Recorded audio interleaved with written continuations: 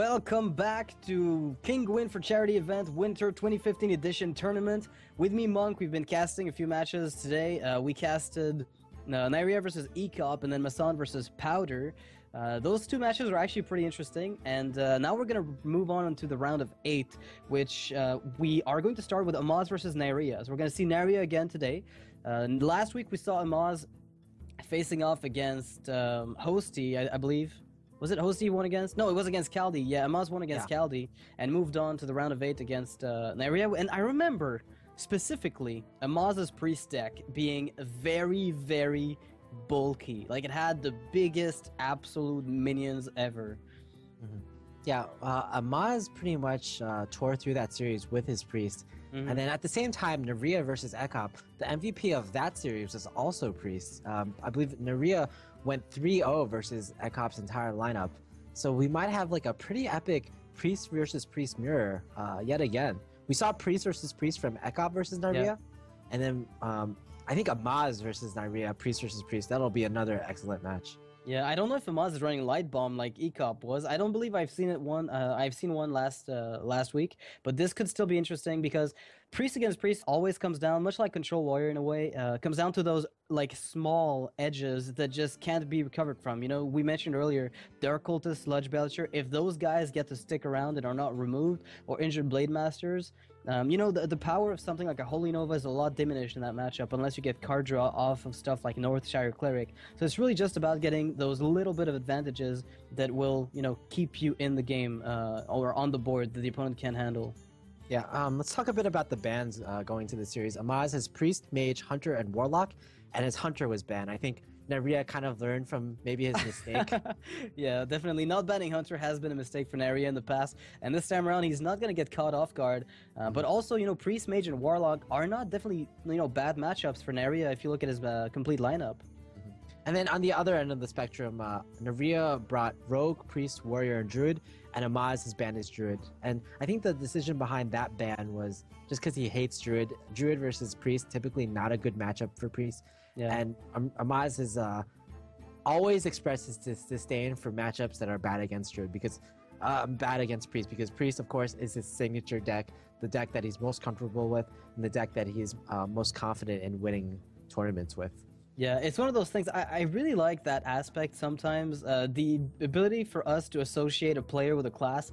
It's one of those. I don't know if you played Magic the Gathering at all, but you know, if you go back to Magic the Gathering, a lot of the top players are associated with specific archetypes, and that tends to be true in that game more so than in Hearthstone. And I'd almost like to see more of this right now. Yeah, the game is about to start, and we're about to jump into the action. Indeed, it's going to be a Priest versus Priest. This is going to be a very exciting match, I'd say. Yeah, I'm actually just curious to see the differences between the decks. I know Amaz's deck is a lot greedier, or at least I think so, than Neirea's deck from what I've seen, but they're both running Mind Control, so it might just come down to who gets the last word on Sneasel Shredder, which we see right now. Yeah, Amaz's deck is indeed greedier, but I feel like Neirea's... both decks are somewhat greedy, I'd say. Amaz's deck has Sneasel Shredder, and it has just Ragnaros and just a lot of bigger threats that are weak to Shadow Word Death. But at the same time, Neirea has Shrinkmeister, and I believe Shrinkmeister can be a pretty big game changer in this matchup. You're right. That could be a massive game changer. Yeah, stealing a Sludge Belcher out of nowhere, where Amaz, I don't believe, is playing the Shrinkmeister. We saw him play a little bit of a standard greedy deck with just a typical removal with, you know, Shadow Madness. I believe one Shadow Madness, double Alkani Circle. Very, very standard playstyle. Oh, the pickup. Amaz steals a Mind Control, and Mind Control is pretty much the best card you can steal from a Thought Steal.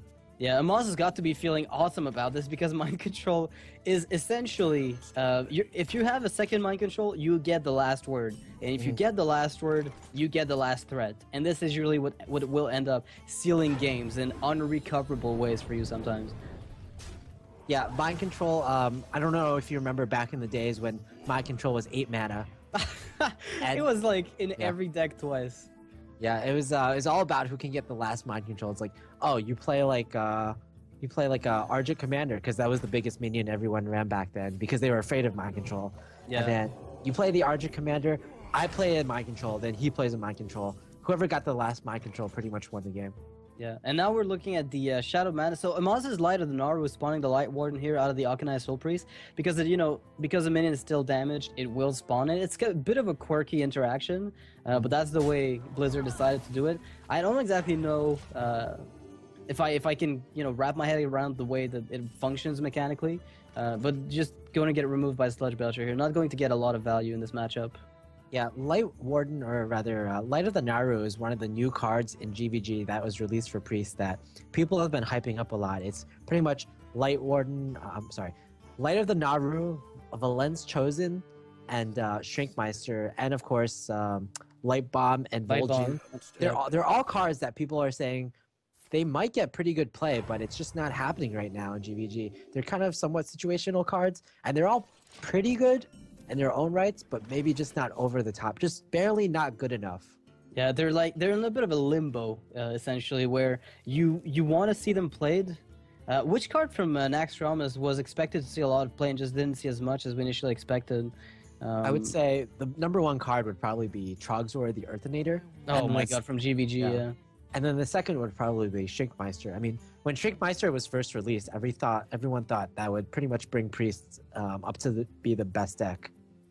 It would break the game, but it's a bit of a combo card, and if you want to play it aggressively, then you need to have a board presence that's better than other decks can muster. For instance, Zoo or Hunter, which sometimes can be a bit tricky. Yeah, and you have to get the immediate value, which if you're playing something like a Cabal Shadow Priest, that's generally the best value you're going to get off of it. How do you feel about Shadow Madness being the Dark Cultist and then trade? That looks pretty good. I think Neirea was just deciding between Shadow Madness and his own Akanai Soul Priest. But I think this is pretty much some of the best value you'll get out of a Shadow Madness, so I like the play here. I agree. I mean, the other best value you're going to get is another Sludge Belcher coming from your opponent. Yeah, and the other thing is you don't actually want an Akanai Soul Priest on the board because you kind of want to be able to heal your own Sludge Belcher. Yeah, I believe it's buffed to 7 health right now, so you just want to get... 8? Okay. So you just want to get the most maximum value off your heals as possible. Yeah, and I think Harrison Jones in this position, if you can bait a Shadow Word Death, then that's awesome, but you generally won't. The opponent will know better than the Shadow Word Death, Harrison Jones. And getting it out right now means you won't have to... It won't sit as a dead card in your hand for the rest of the game. And that's exactly what Amaz decides to do. I think this is one of the cases where scouting out your opponent's deck has a lot of value. If you know your opponent is running such big threats, like Neirea definitely knows that Amaz is running Steeds and Ragnaros from the previous set, so he probably will save the Shadow Word Death for those bigger threats. But if he didn't have the scouting, if this were like the first match of the tournament, he might be more willing to save the Shadow Word Death. So Circle of Healing here guarantee that the Sludge Belcher will live after the play has been done on the Harrison Jones, but I think he could have healed it up anyway up to 6 health and then traded. Well, why do you think he Circle of Healing for 1 health on the Sludge Belcher? Just for the follow-up survivability that's going to come out? I felt like that was a bit of a weird Circle of Healing. Didn't he gain 3 health from that, essentially? Yeah, it got 3. It was on... I think 1, and then got up to 4, and he could have used his hero power to buff it up afterwards. Oh, I see. Ooh, wow. I have no time for games. This is kind of almost a turning point in this game. Yeah, depending on what Sylvanas gets here, things could get very, very tricky really fast. And there's a mind control in Amaz's hand that he got from Thoughtsteal very early in the game. But it's just 1 turn too late. And I don't see a way that that Amaz can prevent the Sneeze from being stolen. I mean, you'd have to play your Akanai, your injured Blade Master, and just go all in. But then again, there's a Shadow Word Death there, so you could just play around with the board up until the point where you can get yourself that. Oh wow, this is a pretty heads-up play. Amaz is actually gonna buff his opponent's Sylvanas to make sure it doesn't trade, but unfortunately, it still will be able to trade because Neirea has a Akanai on his side of the field, and he can injure his own Sylvanas. Sylvanas, yeah. He can injure his own Sylvanas, even Shadow Word Death if necessary. And once you've stolen... But then again, does Amaz really care? Because he can just mind control it back, in a way. He's got that mind control for free, essentially, not even using his own. This is such a tense board state right now. You have a Sylvanas, you have a Sneasel Treader. two of the most tense minions you could have on the board. Yeah. I mean, Shadow Word Death thing here for Amaz. I mean, the Shadow Word Death and the Mind Control in Amaz's hand basically deal with his own Sneasel Shredder if it gets stolen. So you're forcing your opponent to use Shadow Word Death on his own Sylvanas in a way, maybe to steal his Shredder, and then you punish him with your Mind Control. This is a really interesting board situation. This is like one of those puzzles, like, what is the best play here? Yeah, but you have to think 2 turns down the line, which is... Like, Amaz's thinking down the line is obviously going to pay off a lot more. Because... Well, then again, there is 7 damage on the board right now, looking... Ooh, even more than this, there's 8 a turn now. So if he Mind Controls a Sneasel Shredder... Wow, like, Neirea chose to actually damage his opponent instead of healing his own Sludge Belcher. So he's going really, like...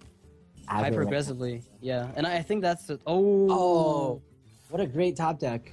Yeah, I mean, Thoughtsteal gave Maz the first Mind Control, and Neirea got his own Mind Control back, so the justice has been served to Thoughtsteal, and yeah, this is absolutely not a position you want to be in because you're dead next turn. Amaz can't believe that Mind Control top deck. He looks pretty furious right now. You have to Shadow Word Death for the Lore Walker show, and then and then develop a board. No, this is not at all what he wants. Yeah, he hopes he kills the Alkanized Soul Priest is my guess. 3/8, and this is a good game. Yep, I think game's over. You know, I'm a little disappointed because we never got to see what popped out of Sneasel Shredder. Yeah, it's one of those cards nowadays where I just want to see what's in there. But that's too bad. I mean, they did both play this well. Amaz's Mind Control came from Thoughtsteal, and we thought it would be the best. I think the top deck Mind Control back from Neirea was the ceiling the ceiling card here. He was pretty deep in his deck, but not deep enough that I would see the Mind Control as being a guaranteed card in his hand at that point of the game. But it definitely helped him out. I mean, when you can't Mind Control your own Sneasel Shredder back, it's really problematic. Yeah, there were actually no Northshire clerics involved in that game, so both players were kind of at the same point in their hands. Amaz is going to switch to a second deck. In his lineup, he's got Warlock and Mage left, and I think he's going to go for the Handlock. So it's going to be Priest versus Handlock, a matchup that has been very, very favored for Handlock in the past. Do we actually know that the Warlock is a Handlock and not a Zoo? Yeah, I believe we do. Okay. Yeah. Well, yeah. If it's indeed, if we've seen the Handlock before, then definitely Priest versus Handlock right now is probably one of the most one-sided matchups in the game, just short of probably Light Bomb. Yeah, Light Bomb. Well, yeah. I don't think Neirea plays Light Bomb though. No. But yeah, I think Priest versus Handlock is just besides Freeze Mage versus Warrior and Combo Druid versus Fatigue Mage. I think it's probably one of the absolute most one-sided matchups in the entire game. Yeah, it used to be that, you know, Priest had room for the odd silence here and there. You know, the zero-cost silence, just to deal with Twilight Drakes, with Wild Pyromancers, and have some kind of fancy play there. But that's pretty much long gone. I mean, Priest is one of those classes where you're now building a deck, and you have like 25 auto-includes that you just don't think about very often. And then you have to find, you know, 5 extra slots to fill it in, and silence just doesn't cut it anymore. Yeah, silence, and especially without silence, you basically have no way to deal with Twilight Drakes. So if like there's a turn 3 or 4 Twilight Drake that comes on the field, you're just forced to like hit it a bunch of times with your minions. Yeah, you better have your injured Blade Master ready, basically, and healed up to full with Circle of Healing, otherwise you're gonna get coiled. And this is not a position you're happy to be in. Alright, we're about to start out the match. It's gonna be Warlock versus Priest, as we predicted. Yeah, Amaz knows his matchups, and that's definitely the only sensible way to approach this. Now, what do you mulligan for as the Priest here? You have to keep Alkanized Circle to kill everything, right? Yeah, I guess. Yeah, just to kill those giants very early if you don't have Shadow Word. Wow, okay, he's got an extra dose of Alkanized Soul Priest in that hand here. Maz actually kept the Ancient Watcher. I wonder why that is. There's a lot of people think that... Well, basically there's 2 schools of thought. One school is you do keep the Ancient Watchers in order for you to play them on turn 3 in addition with the coin and tap. And also for the possibility to just go aggro with the Watcher plus Iron Beak Owl. And the Yeah, the other ability to school of switch thought gears. is no, I just want to get Giants and Drakes. That's pretty much all I want, and that's how you win the game. Okay, well, Amaz just plays the Watcher and doesn't even bother getting himself the coin life tap play. Just wants to get it out on the board, perhaps threaten the ability to play the Iron Beak Owl. Ooh, Twilight Drake here. Oh, that's pretty good. Yeah, Amaz has a pretty good, I mean, Neirea has a pretty good answer, though. Not in the immediate sense, but over the course of a few turns, he's got a board presence that is not going to be too scared of the Twilight Drake right now. He's got the Akanai Circle into play, the Powered Shield to buff up the Akanai Soul Priest. Yeah, it gives him the ability to trade somewhat well with the Twilight Drake over the course of a few turns. Yeah, why not go for the other Powered Shield? Yeah, might as well bet his silence as fast as you can. That's 5 damage down with the Twilight Drake. Yeah, well, he's gonna go for face actually. Yeah, this is even though we said it's usually fairly difficult to deal with the Twilight Drake, this is actually one of the best case scenarios that Neirea could have hoped for. And even in this scenario, which is one of the best case scenarios, it's still not great. Yeah, it's one of the best cases though for the priest at the moment, and I mean he's got to be fetching for those Shadow Word Death to deal with giants at the moment. I have no time. Oh, Sylvanas coming down here with a coin from Amaz, decides not to play giants to avoid the possible swings of a Shadow Word Death. Instead, like just goes and puts his opponent in an awkward spot with Sylvanas. Well, I believe Neirea can actually almost Clear the board. Actually, I think he can clear it completely. With well, Oh, the yeah, circle, he yeah, he can. but he won't kill his own Akanai is the problem. Yeah. And that's what he wants to do most, is kill his own Akanai on the back of this.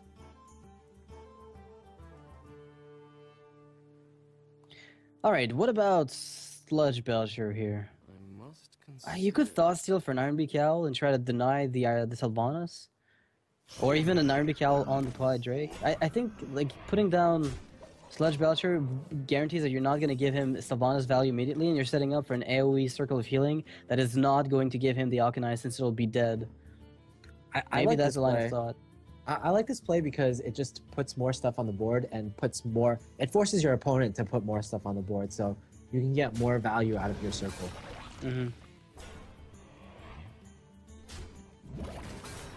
Is Amaz gonna fall for it? Is he gonna commit more? Committing more means you're opening yourself up to a double Circle of Healing. Well, actually, no, because Sylvanas would steal that Akanai. I mean, I don't know what you commit more to this board. Wow, okay. He steals the Akanai. Okay, so that allows him to anti-Killbot and get Molten Giants out very quickly. Kappa. Obviously the optimal play. Have you ever lost a game where you played Piloted Sky Golem and an Akanai came out? And an Akanai came out? Yes, I have. And then you couldn't like heal yourself, basically. So that Wild Power Master are going to allow him to get the Akanai back and trade it away into the Twilight Drake. What a priest play! Yeah, what a priestly play, isn't I it? think a lot of people wouldn't have like been able to see that. It's pretty good though. With priest, you always have to find creative solutions to deal with the problems that you're presented, and I think that's one of the main points about priest that draws Amaz to it in particular. Well, it used to be even more complicated than it is nowadays. Oh, that's a good draw. Yeah, it's an amazing draw. It's perfectly fine. It allows you to play Twilight Drake exactly at full value right afterwards. Yeah, without that draw, the Wild Power would have been actually kind of threatening. Yeah, somewhat. It would have been a little annoying at least. And that double Hellfire in Amaz's deck. Yeah, again, the more anti-aggro version of Handlock. I think aggro decks in general are pretty popular, especially Hunter these days. So I think the decision to play 2 Hellfires instead of 2 Shadow Flames is probably a good one right now. Yeah, and we saw Neirea Thought Steal. It needs Old Shredder. That's a pretty powerful draw. Yeah, a lot of this matchup, like basically the way you win this matchup is by getting good Thought Steals. Sludge Belcher is actually like an average draw, but yeah, Sneeds is potentially game changing. Ooh, and the Shadow Word Death, actually. Do you just Shadow Word Death the Giant and then drop Sylvanas? Yeah, and this Sylvanas will definitely get silenced, I feel. But Yeah, if he which gets gives silenced, then Sneeds- yeah, it gives Sneeds an opportunity to shine. What is can Sneed summon Jiraxis? I've never actually seen it. I mean, I'm assuming it can summon any legendary, but I feel like Yeah. Jiraxis is such a niche one. Yeah, it can. It summons it, but it doesn't turn your hero into Jiraxis. Oh no, It of just- course, unless yeah. you Brewmaster it or Time Rewind. Oh my goodness, Oh, the plays. Time Rewind or Jiraxis. Quick, we gotta Meta- make mech warlock or mech. Just any mech deck has the potential to get that combination. Just play Sneeds and then just play like Clockwork Gnome, get a spare part. Yeah, And- and then and play Jiraxis. Yeah, but you might Yeah, as well but- just play Unstable Portal at that point, really. Yeah. We joke about it, but like Jiraxis is actually pretty much the key defining card in the matchup. Mm-hmm. Priest has generally no burst damage, so if your opponent plays Jiraxis, then the Priest player will just not be able to deal with a constant flurry of giants at all. Yeah, they'll be buried under a mound of Infernals. Mm. All right. Well, the Arcanine Circle was, I mean, it's been sitting in the hand here, and I think this might be a pretty decent moment to use it with the Holy Nova. You Holy Nova first, and then you Arcanine Circle. That's fair enough. Hey, it's not it's not gonna get any better than this, I don't think. But the problem with Arcanine Circle is that with the play that you mentioned is that Ooh, whoa, with the boombots. yeah, the boom bots, and also it doesn't clear the Doctor Boom. That's only Well, 4 yeah, damage. if you ping the Doctor Boom, you're gonna be able to kill it next turn on the Nova play, right? Yeah, next turn, yeah. Yeah, well, that's what you have to do at this point, because if you don't manage to get anything done... Alright, so he mitigated some damage from the Boombot, and the Ancient Watcher, you know, staying alive is not that big of a deal for him. I think this is just Jirax's turn. Yeah, it Like, might be the perfect Jirax's turn. I don't think in this matchup you really care about the Molten Giants. The faster you can get out Jiraxis, the more Infernals that you'll have, and the better chances you have to win the game. Yeah, Jiraxis is a much stronger card than the Molten Giants here, obviously. I think a lot of people, when they play hand, like they make the mistake of just trying to get out their Molten Giants out before Jiraxis. At all costs? Yeah, that can be a mistake. They're not crucial. I mean, if you can spawn Infernals, they're essentially as good as Molten Giants in many cases. Mhm. Or maybe even better, like in some matchups against BGH. Because the BGH, 6-6s, they will beat like pretty much everything in the game. Like the difference between 6-6 and 8-8 isn't huge, and plus the fact that they don't get BGH'd. Yeah, they don't cost you anything. Well, they cost you 2, but they don't cost you any card advantage, so you can just shove them down there and forget about them. Yeah, this is the problem with tapping. Yeah, right Maz now, is- like, he's really... It's nothing good. I mean, is he going to anti-healbot? And... I mean, you can't possibly want to Siphon Soul this, can you? You could, I guess, but... Yeah. Oh, he's going to Rope. Yeah. And he Siphon Souls at the Wow. end of the turn. Siphon Soul's a Dark Cultist. Interesting. Yeah, it's not something I expected to see from him, and now the Holy Nova is going to pack the most value possible. Yeah. I think that was a really weak turn for the Handlock, who could have established a Jiraxis there in a very convincing way. Oh, well, Amaz gets Ragnaros. I think a big part of the decision to tap on Amaz's last turn was the fact that he ran so many 8 and 7 drops. Like, he could have drawn Ragnaros, he could have drawn Sneasel Treader, and Okay, yeah, he thought about all the possible top decks that could have followed up with a really good board. yeah, exactly.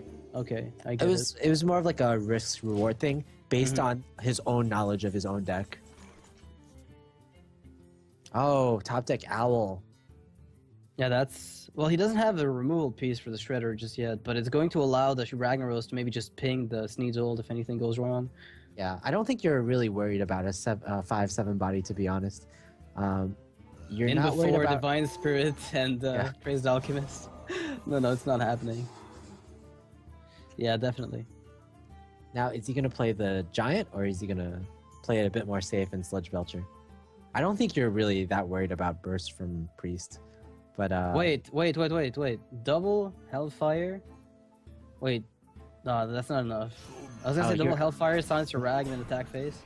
But that would have put the Sludge Belcher would have stayed up Yeah, exactly. slightly. And No, the he just phase lethal. gets hit again. He had lethal with the Ragnars. Almost. Yep. Wild Power Monster here. It's surprisingly it's actually surprisingly going to help. Yes, there's Yeah, gonna be a lot of it's- cards drawn. Yeah, it's surprisingly effective actually. But the Shadow Flame play will seal the game, I believe. I mean, double Hellfire is going to clear most things. Oh, well, Well, that's it, right? Mountain Giant. Mountain Giant, Shadow Flame, and Dark Bomb wins the game. Yep. I think Amaz sees it. Yeah, I think he does. I mean, he's experienced enough with Handlock to see that play. All right, Dark Bomb, the better Shadow Bolt. This card has been an unspoken MVP of Handlock. I mean, a lot of people were talking about it when GBG came out, but it hasn't really been touched upon very often afterwards. But I think it Yeah. really enables Warlock to shine in many more ways than it used to. Yeah, it just kind of fills the hole that Soulfire left off. Soulfire, Yeah. of course, 0 mana, deal 4 damage. Pretty good. But for Handlock in particular, sometimes you just really hate discarding cards. So even before the nerf, Soulfire wasn't, I would say, that great. But after the nerf, it's being cut out from all lists altogether. You just don't want to discard your key cards like Jiraxis. Yeah, like there's times where it'll just lose you the game or win you the game based on what you discard, and the inconsistency of it makes for a pretty poor experience. And now when you consider there's only like 1 damage difference between that and Soulfire, it feels like the card discard. It's much like Succubus, right? It's a pretty good minion for the body, for the cost, but the discard is such a steep cost attached to it that you just can't justify it, and that's pretty much the situation of Soulfire right now, when you've got a much better alternative in Dark Bomb. Mm-hmm. Yeah, Dark Bomb, just like a poor man's Frostbolt. But again, like Frostbolt, you don't usually use Frostbolt to freeze your opponent. Yeah, you usually just do it for the 3 damage. And Dark Bomb, for that purpose, is exactly it. Yeah, it's essentially exactly the same. So Nerea's got... He's used his Priest. I think he has still his Rogue and Warrior. I believe because his Druid was banned. Yeah, exactly. So against Priest, Miracle Rogue used to be very heavily favored. And the new rogues, how about them? Well, he's facing off against the Amaz's Okay, never mind. So, Yeah. oh yeah, that's right. There's no priest. What am I talking about? Well, we're gonna start off the games in just a second, so we'll see what Nerea's picked. I can't be comfortable with Warrior against Handlock. Not too comfortable. I'd be fine, but not heavily happy with it. All right, so he picks the Rogue deck apparently, which makes a lot of sense. I mean, that's pretty much the best hand you could hope for right now as a Rogue player. You have VGH wow. and you have Sabotage. Yeah, it doesn't matter what he puts out. And the good thing is Blade Flurry gives you so much reach right now with Tinker's Sharpsword Oil. It's so much easier to clear a massive board of minions. I think with this hand especially, the Rogue is pretty favored against Handlock. He has all the answers to threats that he needs. And Neirea, wow, he has so much burst in his hand right now just from This is crazy. his opening. Yeah. Yeah. This is absolutely insane. He's actually just going to Deadly Poison just to build up his weapon.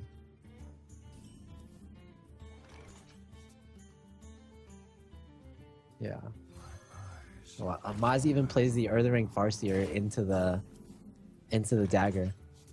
That's pretty. All right, the Blade Flurry has already been established here from Neirea, and he's got to be thinking, am I just keeping this BF to hit face later on? The funny thing is this Earthring Farseer even kind of plays around Sabotage, so you pretty much have to clear it if you plan on sabotaging the next turn. Yeah, no, Twilight Drake forces the sabotage play. Nerea's been playing this deck on his stream a lot lately, and it's like really interesting because it forces you into a lot of situations that where you have lethal, but it's really hard to see. Like just the combination of all the spell power and Tinker's Sharp Sword oil, you just have so much potential for damage, and you can easily burst your opponent down even from 30. Yeah, we've seen that. I think I've seen a very similar decks. Well, then again, similar decks have been played recently on ladder, and in tournaments, and they're always, the hardest lethals are those that involve Blade Flurries with Tinker's Sharp Sword oils, and calculating just how much extra damage you're gonna get off of it if you Blade Flurry afterwards. So yeah, definitely, you're definitely right about that one. Wow. All right, Dr. Boom, but what to do?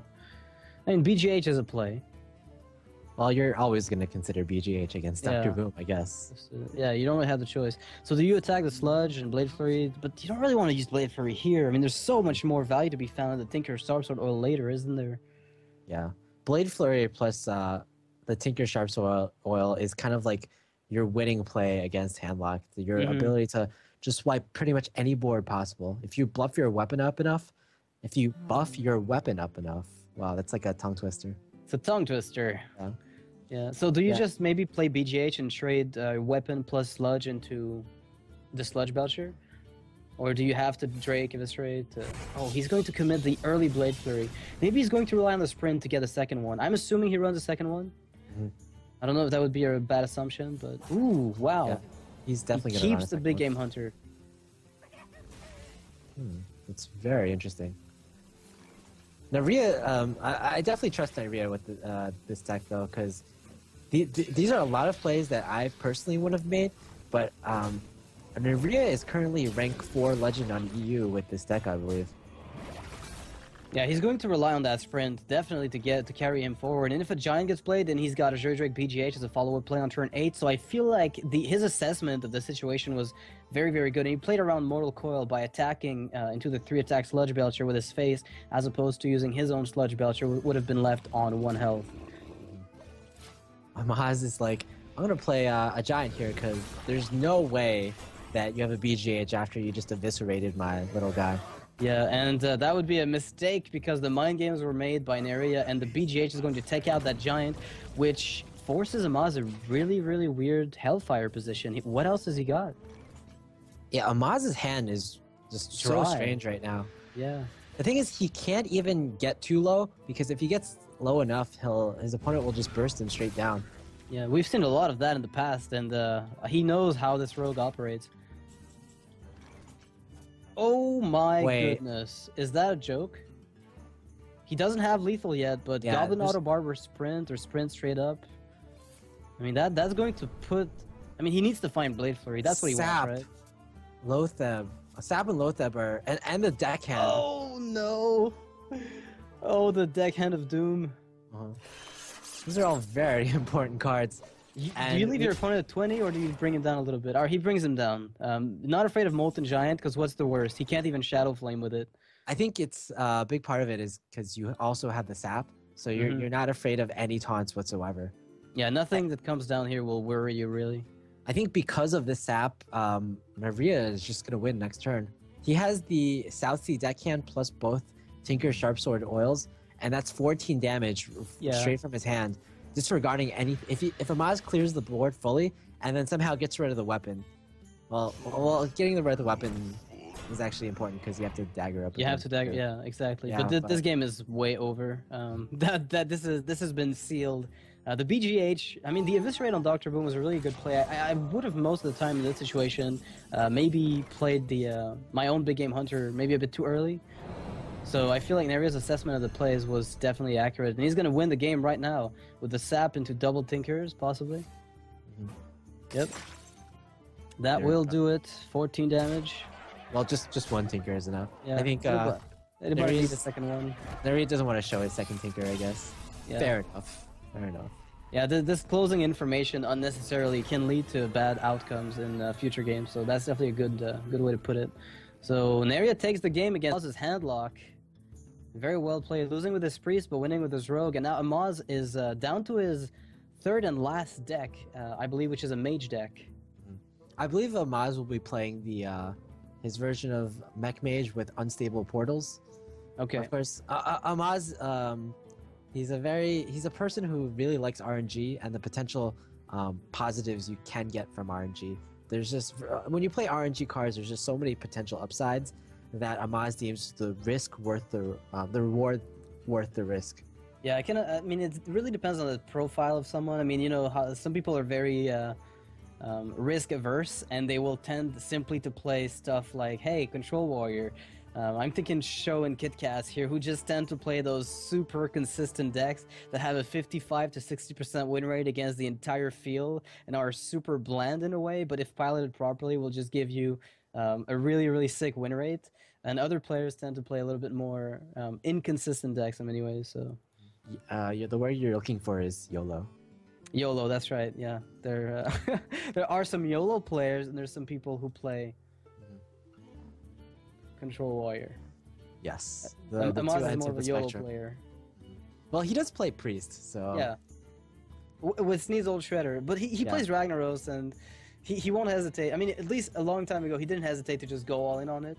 But I think recently it's a little bit more... He's stepped up his consistency a lot with those... he makes less of those plays in tournaments. Takes it a lot more seriously.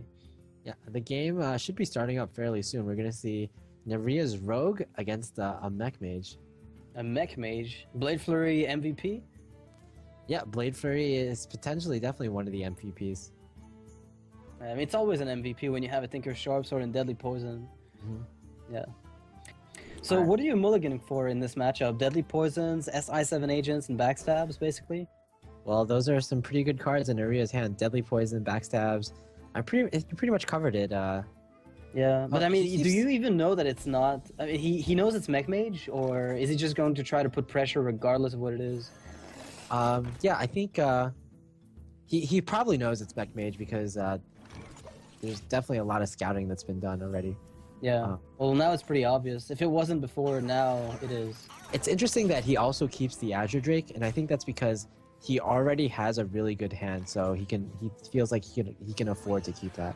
Yeah. Just because he has turns 1 through 3 covered with Backstab, Blood Mage Thanos, and Deadly Poison, he wants to be able to potentially draw out into more cards, so he just doesn't run out of cards to play on turns 5 and 6. Yeah, which is usually the point where sometimes a Mech Mage, if you're both out of cards, will have dominated you at that point. And actually, right now, the Blast Mage coming up from Amaz is going to be a pretty, high impact card, but Neirea has an insane amount of removal if you just count the Blade Flurry alone. With the Azure Drake and the possibility of prepping out Blade Flurry, that deals with just about everything. Well, Neirea has drawn double prep, and that can either really be a good thing or really be a bad thing, depending Yeah. on what he draws next.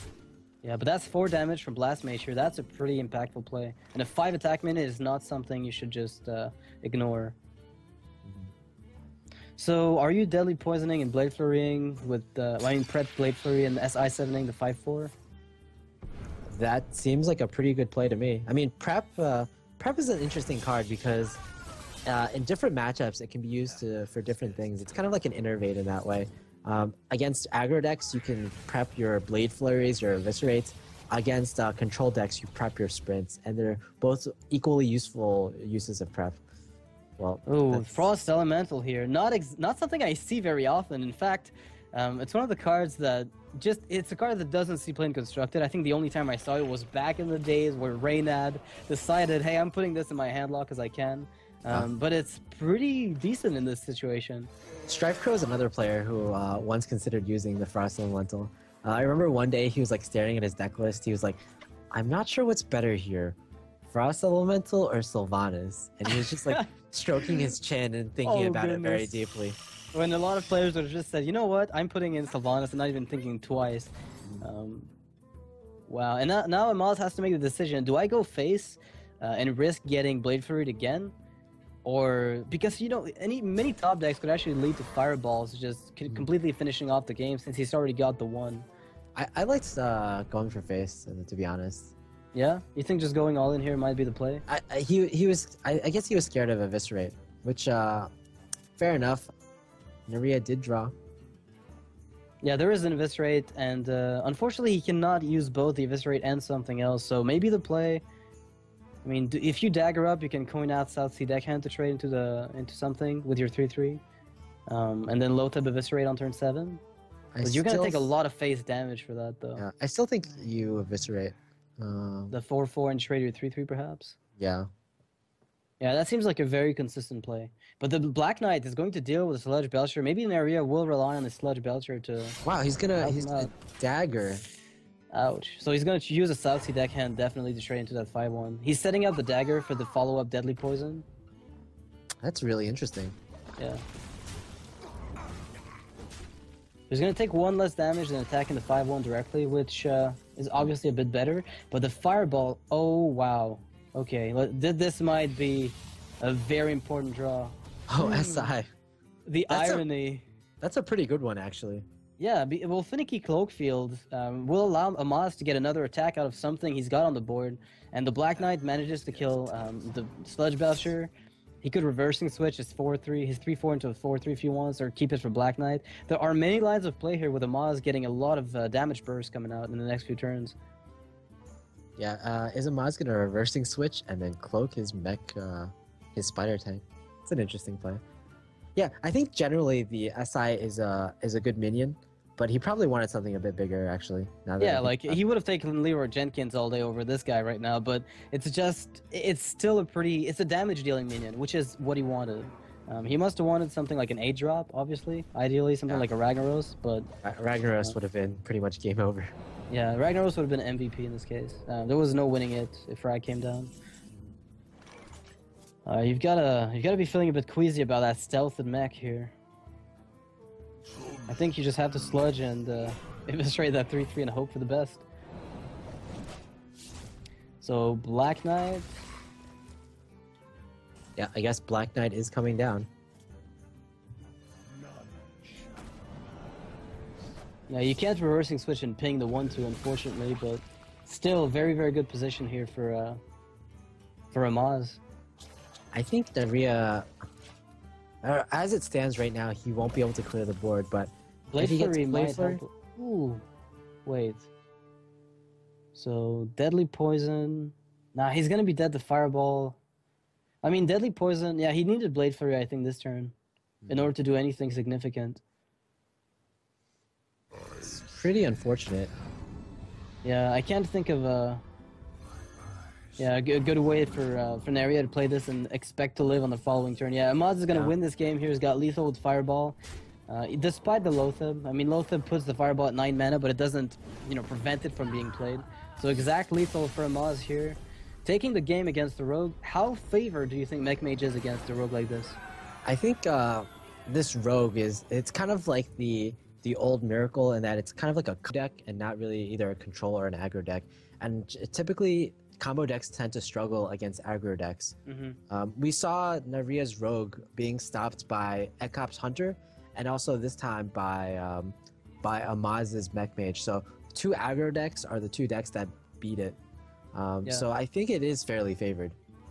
Yeah, it's kind of a weird situation with Rogue because they can either play aggro control or play more of a combo deck. And when you play aggro control, this is a matchup. I mean, it's a type of deck I like a lot. With Dr. Boom, Ragnaros, a bit of a more defensive play.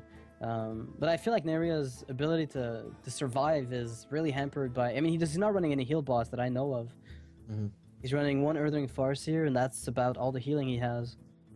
Yeah, 1 Earthring Farseer and 1 Sludge Belcher, from what I saw, are the only pretty much defensive cards in his deck. Everything else is card draw, removal, and then face damage. Yeah, very akin to Miracle Rogue, as you mentioned. So Neirea will be going for another one of his decks since he's lost 2. I feel so far, right? He's lost Priest and Warrior and Rogue. We're at 2-2 right now, so the defining match, the final match of the series, will be Mech Mage versus Warrior.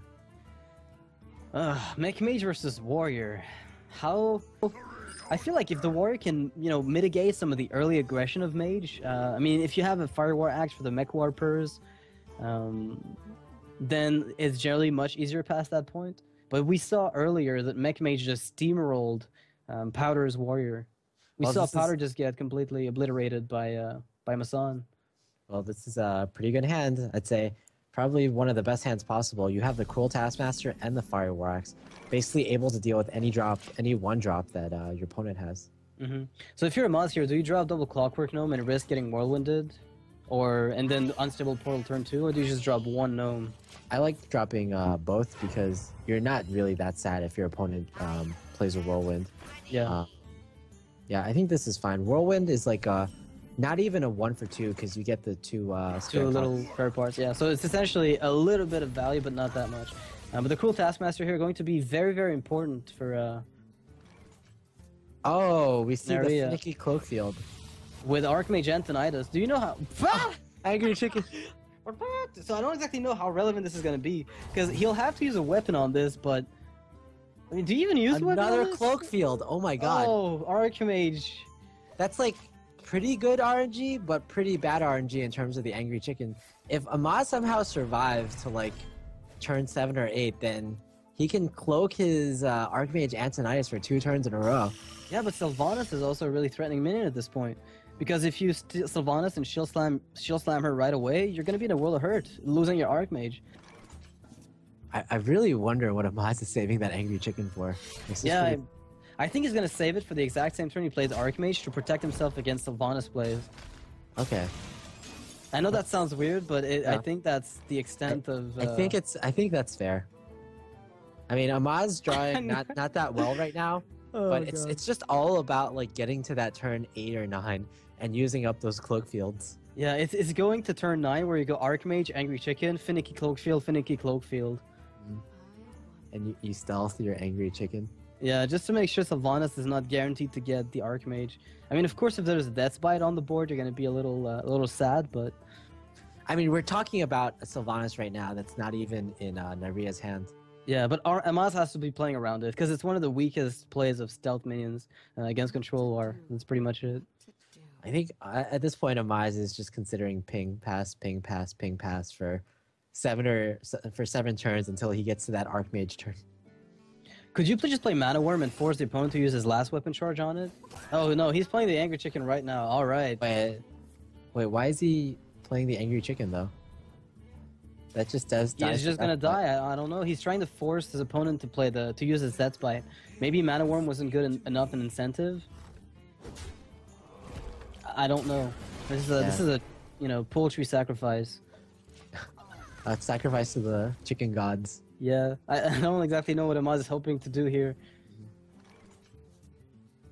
Oh wow, this could have been such a game changer earlier in the game, but I mean, this is like the best combo in the game, except when you draw it on turn 5 and you have no mechs. it's a little weaker, isn't it? Man, there's a perfect answer in Nerea's hand, honestly. This is... Yeah. Yeah, Amaz's fuel is starting to run low already. I mean, he never really had that much fuel to begin with, to be honest. Yeah, but like it's even lower than I even thought was possible. And since Neirea didn't see a single mech get played after double mech warper, he's not even gonna bother killing the second one with some kind of shield slam shenanigan. 1 mana Anoyotron. Like, do you play that? I guess you play it and then trade off the Acolyte. This game has just been so strange. It's been so...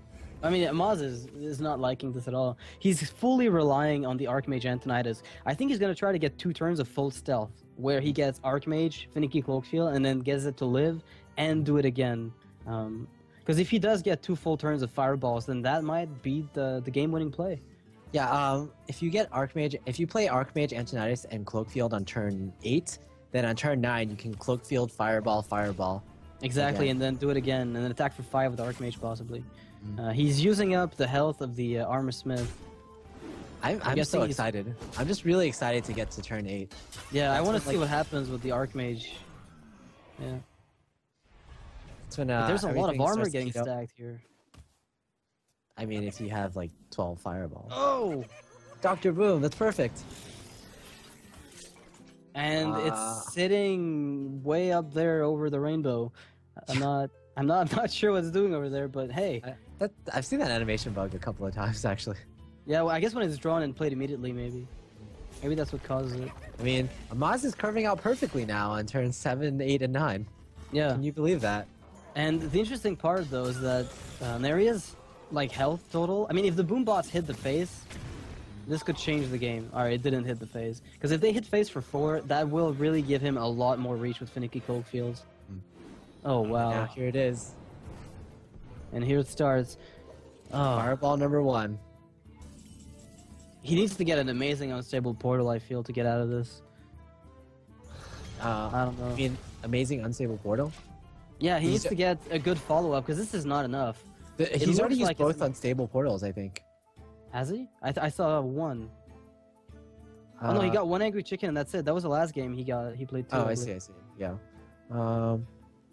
So Now, what do you fireball? I mean, you could is the fireball the question. sludge, then attack with the boombot, kill the sludge, ping sludge, attack sludge, and then attack face with archmage, then fireball face and finicky cloak field again. No, you would have to frostbolt face. Yeah, you would have to frostbolt face to freeze him and get another fireball so your archmage can live. But I don't think you'll be able to deal that much damage. I in think such I short think you amount of time. actually fireball the sludge belcher and then frostbolt the sludge belcher. And frostbolt the then- slime.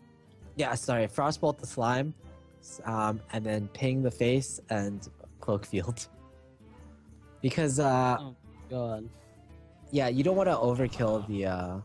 Or the other alternative is you attack with the archmage into the belcher, into the sludge rather, and Yeah, and then fireball face. Yeah. But I think pinging it and using the boombot gives you the ability to maybe get a bit more damage out of the... Oh, that's true. Yeah, that's what I thought he'd do initially, and he did. So it's all about getting that frostbolt, finicky cloak field value. Wow, that's 4 fireballs Wait, in did- Amaz's hand right now. Did Amaz forget to attack? No, he did attack, right? Yeah, okay, he did attack for 5. Never mind. I thought I missed that. This And the game other is sludge insane. belcher. This is not at all what Amaz wants to see. Another way to stop his archmage Antonitis. But he's gonna have an infinite amount of fireballs in his hand, so I'm slightly. Oh, Oh, whoa. Black Knight. Is that good? Yes, it is good. Okay, you but wanna- the question is, Do you even want to play it, right? yeah, do you want to play it? Like, do you even want to do that? Do you want to keep your archmage? Amaz is like such deep in thought right now. I mean, you is, could like, cycle your fireballs, but the thing is, if you Black Knight now and you attack the slime, let's say with your archmage, right? I mean, I think you would have to fireball the archmage, the slime though. I know it sounds stupid, but you don't want to damage the archmage. You want to force your opponent to damage it and have the execute in hand. But a Neirea double fireball could be semi-viable. This is such an awful moment. I think a Noyotron double fireball gives you a slight chance for the archmage to survive. What about like- Black Knight on that slime?